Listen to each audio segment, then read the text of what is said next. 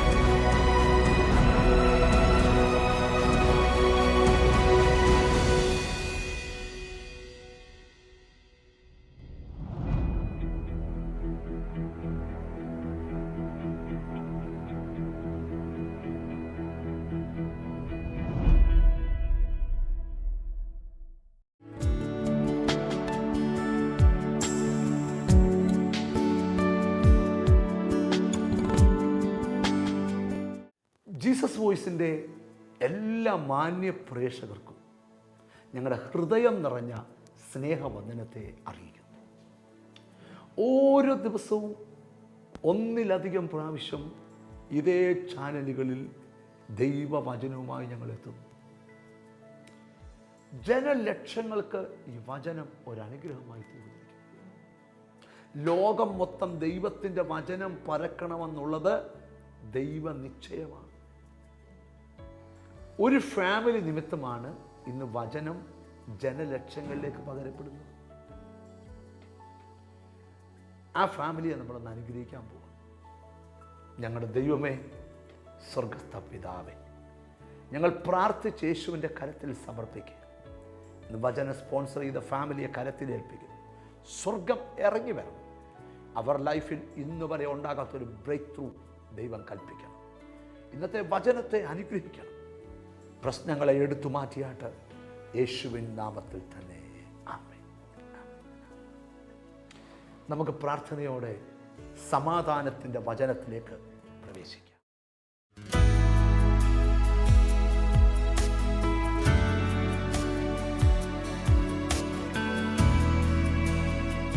അപ്പോസ്തല പ്രവൃത്തികളുടെ പുസ്തകം 1-ാം അധ്യായം 8 മുതൽ 11 വരെയുള്ള വാക്യങ്ങൾ. ആക്ട്സ് ചാപ്റ്റർ 1:8-11 നമുക്ക് വായിച്ചു കേൾക്കാം.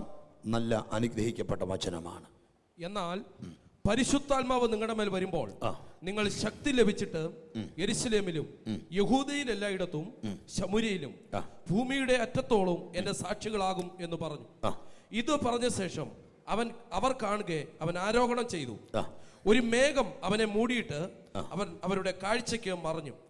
അവൻ പോകുന്നേരം അവർ ആകാശത്തേക്ക് ഉറ്റി നോക്കുമ്പോൾ വെള്ള വസ്ത്രം ധരിച്ച 2 പുരുഷന്മാർ അവരുടെ അടുക്കൽ നിന്നു. ഗലീല പുരുഷന്മാരെ, നിങ്ങൾ ആകാശത്തിലേക്ക് നോക്കി നിൽക്കുന്നത് എന്ത്? നിങ്ങളെ വിട്ട് സ്വർഗാരോഹണം ചെയ്ത ഈ യേശുവിനെ സ്വർഗത്തിലേക്ക് പോകുന്നവനായി നിങ്ങൾ കണ്ടതുപോലെ തന്നെ അവൻ വീണ്ടും വരുമെന്ന് പറഞ്ഞു. വെളിപ്പാട് പുസ്തകം 22-ാം അധ്യായം 7-ാമത്തെ വാക്യം കൂടെ വായിച്ച് ധ്യാനം ആരംഭിക്കാം. Revelation chapter 22:7. ഇതാ ഞാൻ വേഗത്തിൽ വരുന്നു. ഈ പുസ്തകത്തിലെ പ്രവചനം പ്രമാണിക്കുന്നവൻ ഭാഗ്യവാൻ. വളരെ ആത്മീക ഗൗരവമുള്ള വേദപുസ്തകത്തിലെ അതിപ്രധാനമായൊരു വിഷയമാണ് ഇന്ന് നമ്മൾ ധ്യാനിക്കാൻ പോകുന്നത്. നിങ്ങൾ പ്രതീക്ഷിക്കും കർത്താവിൻ്റെ വരവിനെ കുറിച്ച് പ്രസംഗിച്ചാൽ ഉണർവുണ്ടാകത്തില്ലെന്ന്. ചുമ്മാതാ, അത് പ്രസംഗിക്കുമ്പോഴേ ഉണർവുണ്ടാവും. ലൂക്കോസിന്റെ സുവിശേഷവും അപ്പോസ്തല പ്രവൃത്തിയും എഴുതിയത് വൈദ്യനായ ലൂക്കോസാണ്. അപ്പോസ്തല പ്രവൃത്തി 1-ാം അധ്യായത്തിൽ ഇത് ആർക്കെഴുതിയെന്ന് ഉണ്ട്.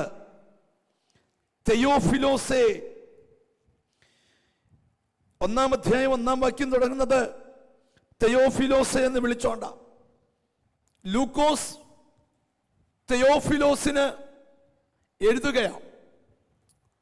അപ്പോസ്തല പ്രവൃത്തിയും ലൂക്കോസിന്റെ സുവിശേഷവും. തെയോഫിലോസിന്റെ വാക്കിന്റെ അർത്ഥം ദൈവത്താൽ സ്നേഹിക്കപ്പെട്ടവൻ, അല്ലെങ്കിൽ ദൈവത്താൽ ഉപയോഗിക്കപ്പെട്ടവൻ. ഒത്തിരി അർത്ഥങ്ങളുണ്ട്. ദൈവത്തിന്റെ സ്നേഹിതൻ എന്നൊക്കെ അർത്ഥങ്ങളുണ്ട്. തെയോഫിലോസ് ഒരു ഗവൺമെന്റ് ഉദ്യോഗസ്ഥനായിരിക്കാം, നിഗമനമാ, ബൈബിളിൽ തെളിവില്ല. സ്തോത്രം.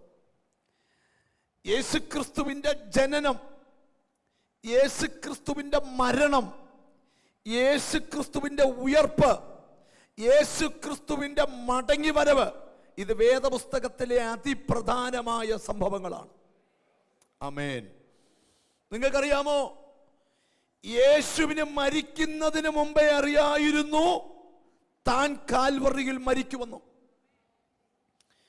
യേശുക്രിസ്തു മത്തായി 26 പഠിക്കുമ്പോൾ, യേശുക്രിസ്തു ഒരു കുഷ്ഠരോഗിയുടെ വീട്ടിലിരിക്കുമ്പോൾ ഒരു സ്ത്രീ പരിമള തൈലം കൊണ്ടെന്ന് യേശുവിന്റെ മേൽ പൂശി.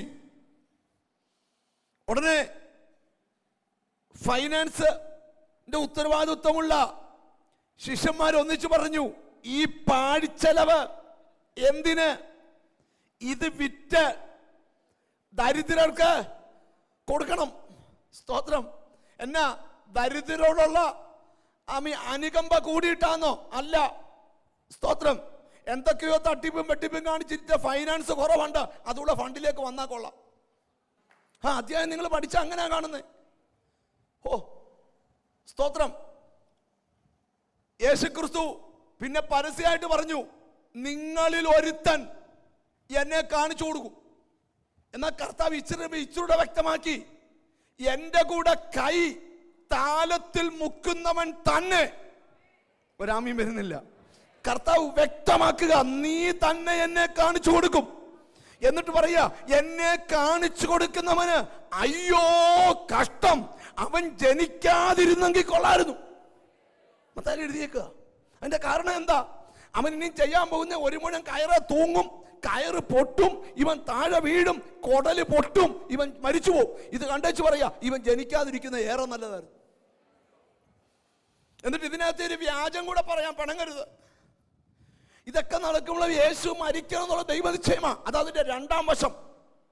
പക്ഷെ യൂദായെ, നീയാണ് തെറ്റ് ചെയ്യാൻ പോകുന്നെന്ന് അറിഞ്ഞിട്ട് യേശു അത് പറഞ്ഞപ്പം, അത് പറഞ്ഞ ദിവസവും ഇത് സംഭവിക്കുന്ന ദിവസത്തിനും ഇടയിലുള്ള ദിവസം നിനക്ക് മാറ്റം വരുത്താൻ ഒക്കുന്ന ദിവസങ്ങളായിരുന്നു.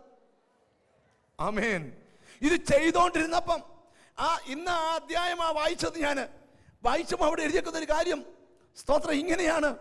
അവൻ മഹാപുരോഹിതനടുക്ക് ചെന്ന് ചോദിച്ചു, ഞാൻ ഒറ്റിത്തരാം, എന്നാ തരും? ഒരിടത്ത് അപ്പം മുറിക്കാൻ സ്തോത്രം പറഞ്ഞോടെ നിൽക്കുകയും അടിയിൽ കൂടെ അപ്പുറത്ത് പോയി വില പറയുകയും ചെയ്യുക. ഒരു വശത്ത് സ്തോത്രം പറയും, അപ്പുറത്ത് വിറ്റ് പൈസ. പുള്ളി പിന്നെ പറഞ്ഞു, എനിക്ക് അങ്ങനൊന്നും പറ്റത്തില്ല, ഞാൻ SMS അടിച്ചുകൊണ്ടിരിക്കുക. അപ്പൊ ആദ്യം SMS അടിച്ചു, ഇപ്പം ഒലിവുമലയെ പ്രാർത്ഥിച്ചുകൊണ്ടിരിക്കുക. ഇച്ചിരി കഴിയുമ്പോൾ ഗലീലേക്ക് പോകുന്ന മണമുണ്ട്, ഗലീലെ വന്നാൽ ഞാൻ അറിയിക്കാം. ഒരാമയും വരുന്നില്ല. സ്തോത്രം. ഇന്ന് ഫോൺ ഉണ്ടായിരുന്നു, എന്നാ ബഹളമായിരുന്നു. ഭക്തന്മാരുടെ പ്രത്യാശ അതാന്നേ, അല്ല ഇവിടെ കാറോ വീടോ കിട്ടിയെന്നല്ല. ഒരാമയും വരുന്നില്ല. ഞാനൊരു കാര്യം നിങ്ങളോട് പറയാം, ഒരു കാറ് കിട്ടിയാൽ നല്ലതാ, ഒരു വീടിന്റെ ചാവി കിട്ടിയാൽ നല്ലതാ. ബാങ്കിൽ കാശ് വന്നാൽ ഫോണ് കൂക്കുമടിക്കും, വീടിന്റെ താക്കോലിക്കലിങ്ങും കാറിന്റെ താക്കോലിക്കലിങ്ങും. പക്ഷെ അതിനെക്കാട്ടി വലിയൊരു ശബ്ദം ഞങ്ങൾ പ്രതീക്ഷിക്കുന്നു, അതെന്റെ പ്രിയന്റെ കാഹളമാണ്. ഉറപ്പുള്ളവർക്കായി ദൈവത്തിന് സ്തോത്രം ചെയ്യുക. അങ്ങോട്ട് ആ വേദപുസ്തകത്തിൽ വരുന്ന നിന്നെ രാജകീയമായിട്ട് ഈ ഭൂമി ജീവിപ്പിക്കുകയും നിന്നെ നിത്യതയിൽ എത്തിക്കുകയും ചെയ്യുന്ന ഒരു കർത്താവിനെയാണ് നീ വിളിക്കുന്നത്. യൂദായുടെ കാര്യം ഒന്ന് പറയട്ടെ, അവിടുന്ന് മുമ്പോട്ട് വരാൻ പോവാ, ശ്രദ്ധിച്ചിട്ടെ. അപ്പൊ ഇങ്ങനെ പറഞ്ഞു, കർത്താവിന്റെ സ്തോത്രം, ഞാൻ ഇവനെ കാണിച്ചു തരാം, പക്ഷേ എനിക്ക് അങ്ങനെ പരസ്യമായിട്ടൊന്നും ചെയ്യാൻ പറ്റില്ല. ഞാൻ സ്തോത്രം പറഞ്ഞുകൊണ്ട് എന്നൊരു ഉമ്മയും കൊടുക്കും.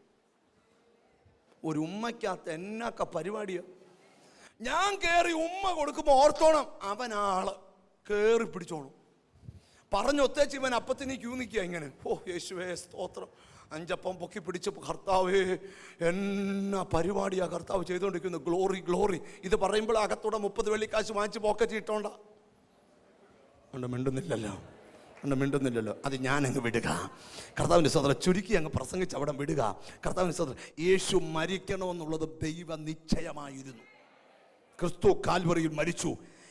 ഏകന്റെ അനുസരണക്കേടിനാൽ അനേകർ പാപികളായെങ്കിൽ ഏകന്റെ അനുസരണത്താൽ അനേകർ നീതിമാന്മാരായി. സ്ത്രീ വൃക്ഷത്തിൽ കൈനീട്ടി പാപം ചെയ്യെങ്കിൽ ആ പാപത്തിന് പരിഹാരം സ്ത്രീയുടെ സന്തതി ഒരു വൃക്ഷത്തിലേക്ക് കൈകൾ വിടർത്തി കൊടുത്തു പറഞ്ഞു, ആ പാപത്തിന്റെ പരിഹാരം ഞാൻ ഏറ്റെടുക്കുന്നു. പൊട്ടതൊക്കെ വിടുക. അങ്ങനെ യേശുവിന്റെ കാൽവറി മരണം, ഹല്ലേലൂയ, യേശു മരിച്ചു, കല്ലറയിൽ അടക്കി, ഹല്ലേലൂയ. 3-ാം ദിവസം, ഓർത്തേ, 33 വർഷം യേശു ഭൂമിയിൽ, 30 വർഷം വേഷത്തിൽ മനുഷ്യനായി, 3.5 വർഷം യോഹന്നാന്റെ കൈക്കഴി സ്നാനമേറ്റ് ആത്മാവിറങ്ങി ആത്മനിയോഗത്തോടെ നടപ്പ്. സ്തോത്രം. 3 ദിവസം കല്ലറയ്ക്കകത്ത്, ആമേൻ. ഉയർത്തെഴുന്നേറ്റ് 40 ദിവസം ഭൂമിയിൽ, 40 കഴിഞ്ഞപ്പോൾ സ്വർഗത്തിൽ, ഇപ്പോൾ സ്വർഗത്തിലും ഇപ്പോൾ നമ്മുടെ ഇടയിലും ഉണ്ട്. താമസിയാതെ അവൻ മടങ്ങി വരും. അവിടോട്ടാ സന്ദേശം വരുന്നേ. ഒരു നല്ല ഹല്ലേലൂയ പറഞ്ഞാൽ അടുത്തിരിക്കുന്ന കൈ കൊടുത്തിട്ട് പറ, യേശു മടങ്ങി വരും. പ്രത്യാശയോടെ ചിരിച്ചോണ്ട് പറയണം ഹല്ലേലൂയ. ഇപ്പൊ ചൊല്ലി ചോദിക്കുക, കടം കയറി ഞങ്ങളുടെ വീട് തകരാൻ പോവാ, അപ്പൊ യേശു മടങ്ങി വന്ന എനിക്കെന്തുവാ? അതാ പറയാൻ പോകുന്നേ. ആമേൻ, ഹല്ലേലൂയ. ഇതൊരു പരിഹാര സ്ഥലം മാത്രമല്ല, നിത്യതയ്ക്ക് കൊണ്ടുപോകുന്ന ഒരു പദ്ധതി കൂടെയാ. വരാൻ പോകും. ശ്രദ്ധിക്കട്ടെ. ആമേൻ. യേശു ക്രിസ്തു മരിച്ചു. സ്തോത്രം. ലോകത്തിൽ കോടിക്കണക്കിന് ആൾക്കാരുടെ കല്ലറകൾ ഭൂമിയിലുണ്ട്. എന്നാൽ മുഴുവൻ കല്ലറ അടഞ്ഞു കിടക്ക. പ്രപഞ്ചത്തിൽ തുറന്നു കിടക്കുന്ന ഒറ്റ കല്ലറയേ ഉള്ളൂ, അതെന്റെ യേശുവിന്റെ കല്ലറയാ. മറ്റ് കല്ലറെല്ലാം അടഞ്ഞു കിടക്കുന്നതിന്റെ കാര്യം എന്താ? അവരെല്ലാം അവിടെ ഉണ്ട്. പക്ഷെ അവിടെ എഴുതി വെച്ചിട്ടുണ്ട്, ആമീൻ, അവൻ ഇവിടെ ഇല്ല. അവൻ അവിടെ ഇല്ല, പക്ഷേ ഇന്ന് പകൽ അവൻ ഇവിടെ ഉണ്ട്. 2-3 പേരുടെ നാമത്തിൽ കൂടിയാൽ അവരുടെ മധ്യത്തിൽ ഞാൻ ഉണ്ടെന്ന് അരുളി ചെയ്ത യേശു, അവൻ ഇവിടെ ഉണ്ട്.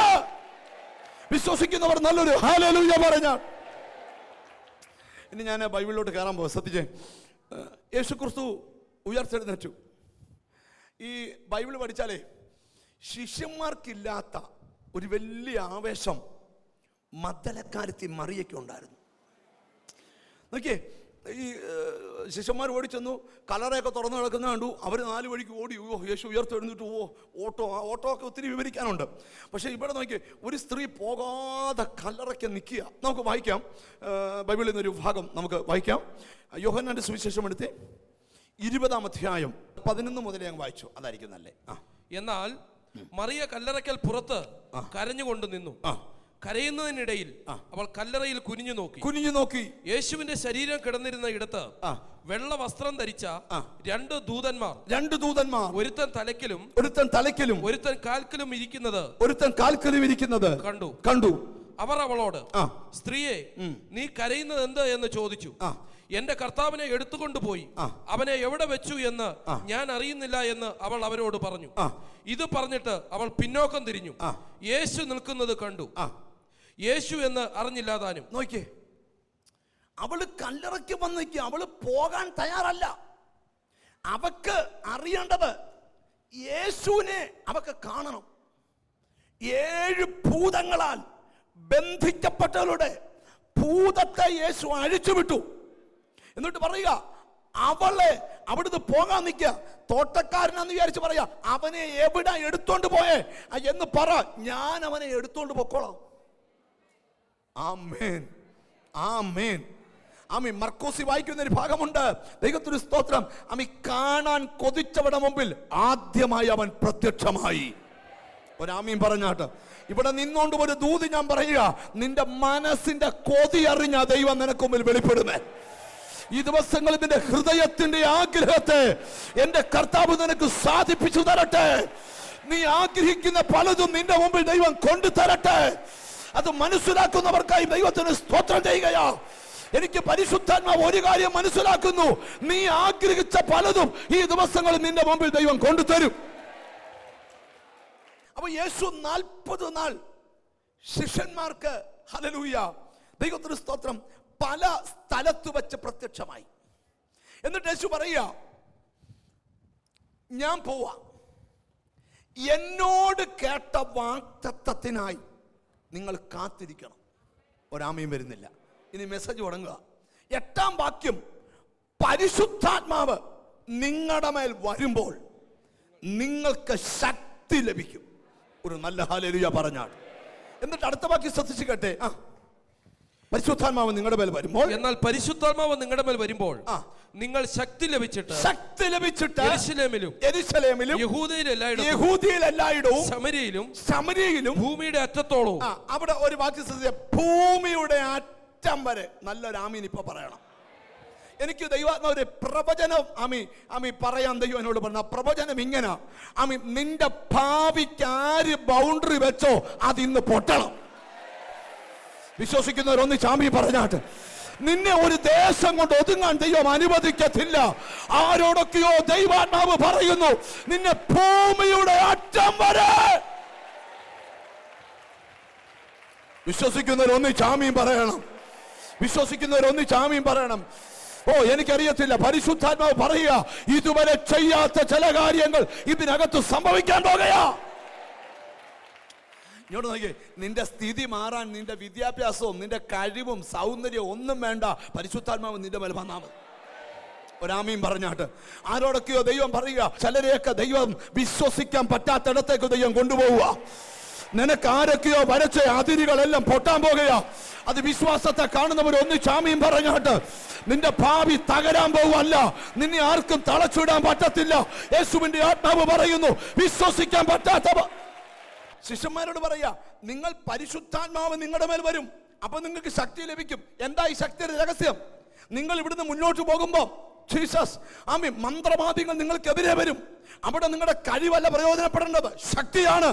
നിന്റെ ശക്തി വെളുത്തപ്പെടുമ്പോൾ മന്ത്രവാദികൾ പുസ്തകങ്ങൾ കത്തിക്കും. നീ നടന്നു പോകുമ്പോൾ നിന്റെ ഷാഡോ, നിന്റെ നിഴലിനകത്ത് രോഗശാന്തിയുടെ കൃപ ഒഴുകിക്കൊണ്ടിരിക്കും. ഒരാമീൻ പറഞ്ഞാട്ട്, ഒരു മുഖ്യ കൊച്ചൻ മുട്ടുകുത്തി ശവത്തിന് നേരെ പ്രാർത്ഥിക്കുക, യേശുവിന്റെ നാമത്തിൽ ഉയർത്തട്ടെ. പരിശുദ്ധാത്മാവ് നിന്റെ മേൽ വരുമ്പോൾ നിന്റെ മേൽ ശക്തി വ്യാപരിക്കും. ആരോടൊക്കെയോ ദൈവം പറയുന്നു, പരിശുദ്ധാത്മാവ് നിന്റെ മേൽ വരുന്നു, നിനക്ക് ശക്തി ലഭിക്കുന്നു. എവിടെ നീ തോറ്റിട്ടുണ്ടോ അവിടെ നീ ദൈവശക്തി കൊണ്ട് ഫില്ല് ചെയ്യ്. എനിക്ക് ഇങ്ങനെ ഒരു വെളിപ്പാട് തരുന്നു. ഇതുവരെ നീ പോകാത്ത റൂട്ടിൽ കൂടെ നിന്നെ ദൈവം തിരിക്കാൻ പോകുകയാ. പായ്ക്കപ്പലിന് നേരെ കാറ്റടിക്കുന്ന പോലെ നീ ഉദ്ദേശിച്ചിടത്തോടല്ല നിന്റെ ഷിപ്പ് പോകാൻ പോകുന്നേ. നീ ഉദ്ദേശിക്കാത്ത സ്ഥാനത്തോട്ട് ഇതാ ദൈവാത്മാവ് നിന്നെ ഗതി. ഈ കർത്താവിനറിയാം ആരെ തെരഞ്ഞെടുക്കണമെന്ന്. കണ്ടോ, ആമീൻ വരുന്നില്ല. നല്ല മുക്കുവ പിള്ളേരെ തെരഞ്ഞെടുത്തു. ഹല്ലേലൂയ. ശ്രദ്ധിക്കട്ടെ, മീൻ പിടിച്ചോണ്ടിരുന്നവരോട് പറഞ്ഞു, ഇന്ന് തൊട്ട് നീ പിടിക്കും, പക്ഷെ ഇനി മീനെ പിടിക്കത്തില്ല. നീ എന്ത് ചെയ്യും? അത് എപ്പോഴാ നിറവേറിയേ? പെന്തിക്കോസ് നാളിൽ ആത്മാവ് പത്രോസിന്റെ മേൽ ഇറങ്ങിയപ്പം പറഞ്ഞ പ്രവചനം നിറവേറി. അങ്ങനെ അന്ന് ഒരു ദൂതൂടെ പറയാം, നിന്റെ മേൽ കിടക്കുന്ന വാഗ്ദത്തങ്ങൾ ചലിക്കണമെങ്കിൽ അതിനകത്ത് ദൈവശക്തി വ്യാപരിക്കണം. വിശ്വസിക്കുന്നവർ ഒന്ന് ചാമിയും പറഞ്ഞാട്ട്, കുഞ്ഞെ നിനക്കുള്ളതൊന്നുമല്ല വലുത്. ഞാന് പഠിച്ച സ്കൂളിൽ എൻ്റെ കൂടെ 1-ാം ക്ലാസ് തൊട്ട് 9-ാം ക്ലാസ് വരെ പഠിച്ചൊരു പയ്യനുണ്ട്. അപ്പം സാറുമാരെല്ലാം വന്ന ഇവൻ്റെ മാർക്ക് വെച്ചാ ഞങ്ങൾക്കെല്ലാം ഇട്ട് വഴക്ക്. സ്തോത്രം. അവനാന്ന് എല്ലാത്തിനും 99. ഞങ്ങൾ പലപ്പോൾ ഇടൂ, നീ ഇവിടെ നിന്ന് വരാതിരിക്കാവോ? അവൻ നിമിത്ത ഡെയിലി വഴക്ക്. എനിക്ക് ഒരു കാര്യത്തിന് മാത്രം ഫുൾ മാർക്കാണ്, അത് മാത്സാ. അതുകൊണ്ടാണ് കണക്ക് തെറ്റിക്കാൻ പറ്റാതെ. അല്ല, പിടിച്ചു നിൽക്കാൻ പറ്റൂ. അനങ്ങിയ എനിക്കറിയാം. സ്തോത്രം. ശ്രദ്ധിച്ചേ. പിന്നെ 8 കഴിഞ്ഞപ്പോഴേ അവനെ എറണാകുളത്ത് കൊണ്ടുപോയി വീട്ടുകാരെയൊക്കെ പഠിപ്പിച്ചു. പിന്നെ ഇതിലേ പോയി ഒരു പിടിയില്ല. കുറേ നാൾ കഴിഞ്ഞ് നമ്മളും പഠിത്തമെല്ലാം കഴിഞ്ഞ് നമ്മുടെ മേൽ കർത്താവ് നമ്മളെ വിളിച്ചു, നമ്മുടെ മേലും അഭിഷേകം വീണു, നമ്മളും കർത്താവിനെ വിളിക്കാൻ തുടങ്ങി. ഗ്ലോറി. കർത്താവ് നമ്മളെ രാജ്യങ്ങളിലോട്ട് അയക്കാൻ തുടങ്ങി. ഇപ്പോൾ ഒരു പ്രാവശ്യം കുവൈറ്റിൽ പോവുക. കുവൈറ്റിലൊരു വലിയ ബിസിനസ്സുകാരനോട് എന്നെ കൊണ്ടുപോവാ, പുള്ളി കൊണ്ടുപോവാ, കൺവെൻഷന് കൊണ്ടുപോവാ അവിടുത്തെ. അപ്പം പുള്ളിയുടെ പെട്ടിയെല്ലാം ലഗേജിൽ അയച്ചിട്ട് പുള്ളി എൻ്റെ പെട്ടി എടുത്തുകൊണ്ട് നിൽക്കുക. ഞാൻ പറഞ്ഞാൽ എനിക്കൊരു ബലഹീനതയില്ല, ഞാൻ പെട്ടിയെടുത്താണ്. അല്ല, പാസ്റ്റർ പെട്ടിയെടുത്ത ഒരു അനുഗ്രഹമുണ്ട്. എന്നിട്ട് എൻ്റെ പാസ്പോർട്ടും മറ്റേ പാസ്പോർട്ടും കൂടെ എടുത്ത് വെച്ചു. അദ്ദേഹത്തിൻ്റെ പാസ്പോർട്ട് നോക്കി, എന്നിട്ട് ലഗേജ് എല്ലാം അയച്ചു. ഹാൻഡ് ബാഗേജ് വെക്കാൻ പറഞ്ഞു. അത് കഴിഞ്ഞ് എൻ്റെ പാസ്പോർട്ട്. അപ്പം സ്റ്റിക്കർ കിടക്കുന്നു, അനി ജോർജ്, പാസ്പോർട്ട് വേറെ ആളിൻ്റെ. അപ്പോൾ പിടിച്ച് പെട്ടിയത്, അത് പാസ്റ്ററായ പുള്ളിക്ക് മനസ്സിലായില്ല. അടുത്ത പാസ്പോർട്ട് എടുത്ത് തുറന്നപ്പോൾ എൻ്റെ പേര് വായിച്ച് ചെന്നൈ നോക്കി. ഞാൻ പറഞ്ഞു, ഞാൻ തന്നെ. ഇങ്ങോട്ട് നോക്ക്. ചുരുക്കി പറയാം, പഠിച്ചുന്നതമെന്ന് പറഞ്ഞ ആളും ഇപ്പോഴും ടിക്കറ്റ് സീലടിക്കുക. ഒരഭിഷേകം വീണതേ ഉള്ളൂ. ആ എയർപോർട്ടിൽ കൂടെ 100 തവണ കയറിപ്പോകാൻ കർത്താവ് കൃപ ചെയ്തു. അവിടെ ബന്ധോ സ്വന്തം ഒന്നുമല്ല അവിടുത്തെ വിഷയം. അവിടുത്തെ വിഷയം അഭിഷേകമാണ്. ഞാനൊരു ആത്മീക ദൂതനോട് പറയാം, നിന്റെ മേൽ ഈ ദൈവശക്തി വീണാൽ നീ എവിടെ വരെ എത്തും? ഭൂമിയുടെ അറ്റം. ഒരാമയും പറഞ്ഞാട്. പോകാത്തൊരു ഭൂഖണ്ഡത്തിൽ എന്നെ ആര് വിളിച്ചാലും ഞാൻ എന്തുകൊണ്ടാ പോകുന്നത്? ഭൂമിയുടെ അറ്റം വരെ പോവാൻ ഞാൻ എടുത്ത പുസ്തകത്തിൽ എഴുതിയിട്ടുള്ളു. ഒരു നല്ല ഹല്ലേലൂയ പറഞ്ഞാട്. എനിക്കറിയത്തില്ല, ഒരു പ്രവചനം ഇന്ന് നടത്താൻ പോവുക. ദൈവം നിന്റെ അതിരുകളെ വിസ്താരപ്പെടുത്തും. ഞാൻ നിങ്ങളോട് പറയാം, അവസരം കിട്ടിയ കളയല്ലേ, പോക്കോണം. പിള്ളേരൊക്കെ ഹൂസ്റ്റണിൽ വിളിക്കുക, അമ്മ കയറി വാ. വിളിക്കുമ്പോഴേ പറഞ്ഞ റെഡിയാ മോനെ, ഇന്ന് നാളത്തെ ഫ്ലൈറ്റിന് വന്നേക്കാവും.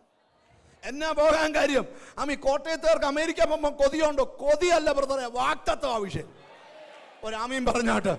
എനിക്ക് ദൈവാത്മാവ് തരുന്നൊരു ബോധ്യം നിങ്ങളോട് പറയാം.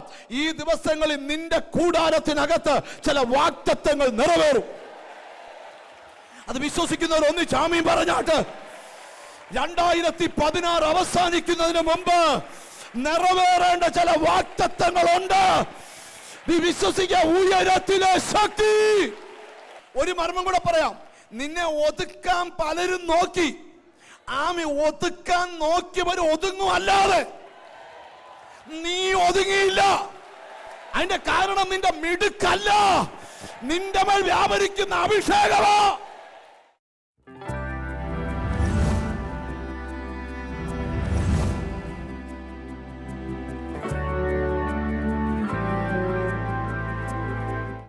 എത്ര നാളായി തുടങ്ങിയിട്ട്? 2 വർഷം. ഒരു സൈഡ് മൊത്തം തളർന്നു പോയോ? കുറച്ചൊക്കെ ശരിയായി വരുന്നുണ്ടല്ലയോ? അതെ. ശരിയാവോ? ആവും. കൈത പവർ എന്നെ നോക്ക്. ഏയ് ഏയ് ഏയ് ഏയ് ഹീലിംഗ് പവർ. പൊങ്ങട്ടെ പൊങ്ങട്ടെ. പൊങ്ങട്ടെ. ധൈര്യമായിട്ട് പൊങ്ങട്ടെ. പൊങ്ങട്ടെ. ഓ താത്തിട്ടു. പൊങ്ങട്ടെ. എത്രയും വരെ പൊങ്ങുമായിരുന്നു കൈ? ഇപ്പോഴോ? അത്രയും പോരാലോ. കയ്യെ കർത്താവ് പിടിക്കുന്നു.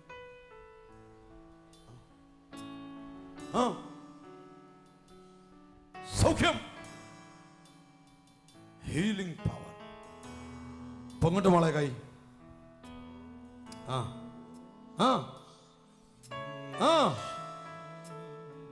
ഇവിടെ വിരലുകൾ നൂരട്ടെ. വിരലുകൾ നൂരട്ടെ. വിരലുകൾ നൂരട്ടെ. നൂരട്ടെ വിരലുകൾ. നൂരട്ടെ വിരലുകൾ. നൂരട്ടെ വിരലുകൾ.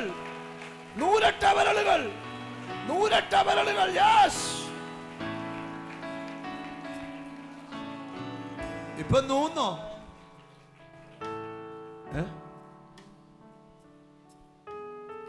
അങ്ങോട്ടൊന്ന് കാണിച്ചു.